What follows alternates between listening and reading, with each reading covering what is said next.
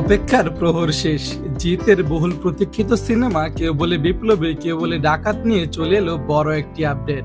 আর এই খবরটি শুনে জিত ভক্তদের উত্তেজনা যে কয়েক গুণ বেড়ে যাবে সেটা বলাই বাহুল্য। অফিসিয়ালি ঘোষণা করা হয়েছে আগামী 2 আগস্ট সন্ধ্যা 6টা থেকে অনুষ্ঠিত হবে কেউ বলে বিপ্লবী, কেউ বলে ডাকাত সিনেমার গ্র্যান্ড ট্রেলার লঞ্চ ইভেন্ট।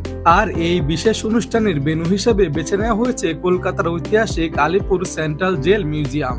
এই জায়গাটি একসময় ভারতের স্বাধীনতা সংগ্রামের বহু বিপ্লবীর সাক্ষী ছিল। তাই কিংবদন্তি বিপ্লবী অনন্ত সিংহের জীবন থেকে অনুপ্রাণিত এই সিনেমা ট্রেলার লঞ্চের এমন একটি ঐতিহাসিক স্থান বেছে নেওয়া সত্যি দারুণ একটা সিদ্ধান্ত।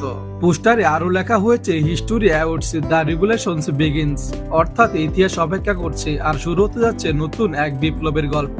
পোস্টারের প্রতিটি অংশে ফুটে উঠেছে ব্রিটিশ আমলের সংগ্রাম, আগুন আর বিদ্রোহের আবহ, যা ট্রেলার নিয়ে দর্শকদের প্রত্যাশা আরো বাড়িয়ে দিয়েছে।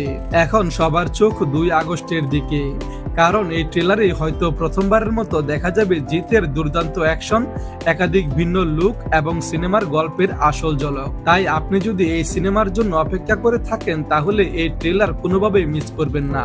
আপনার ট্রেলার নিয়ে প্রত্যাশা কেমন কমেন্টে অবশ্যই জানাবেন। আর জিত ও কে বলে বিপ্লবী, কেউ বলে ডাকাত সিনেমার সব আপডেট সবার আগে পেতে আমাদের চ্যানেল সাবস্ক্রাইব করে বেল আইকনটিতে ক্লিক করে দিন। পাশে থাকার জন্য ধন্যবাদ।